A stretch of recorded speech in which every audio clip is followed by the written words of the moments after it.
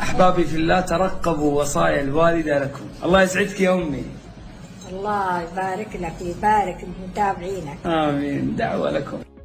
أوصيكم يا عيالي ويا بناتي المحافظة على الصلاة والقرآن بالرد. يا مرحبا، يا هلا يا هلا يا مرحبا. تعال تعال تعال تعال تعال. الله يحييك يا مرحبا يا ابو باسل. يا مرحبا يا هلا. شيء جميل. عيونك عيونك. السلام عليكم ورحمة الله وبركاته. يا جماعة الخير، أنا رحت جمعية نماء واشتريت هدية لأمي، ولما كنت في الجمعية اتذكرت أمي الثانية أم الشيخ منصور واشتريت لها كمان هدية.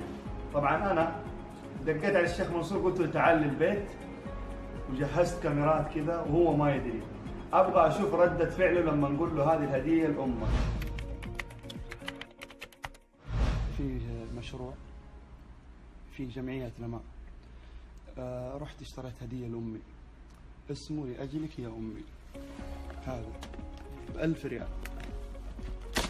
فكرة روعة يا منصور. شوف، تدفع 1000 ريال بيعطوك هذه الهدية. ايش فيها؟ تفتح هذه، مشروع عظيم، مشروع خيري،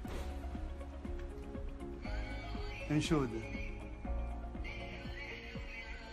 ب1000 ريال السهم في 9 مشاريع.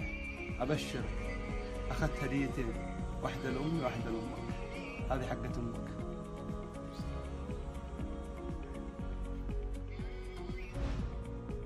تسعة مشاريع: كفالة أيتام، وسقيا، وإفطار صائمين، وأوقاف، كلها بالهدية هذه لأجلك يا أمي. خذها وتذكر أمك بهذه الهدية. ماتت أمي وانطفت ذيك الشموع، وابتدى حزني بأيامي وشاع.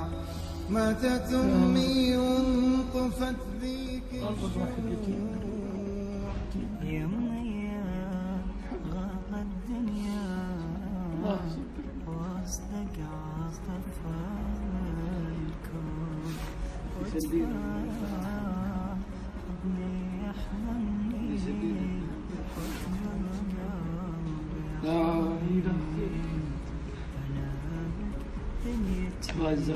وياك يا حبيبي،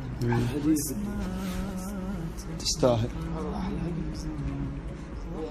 رب ارحمهما كما ربياني صغيرا.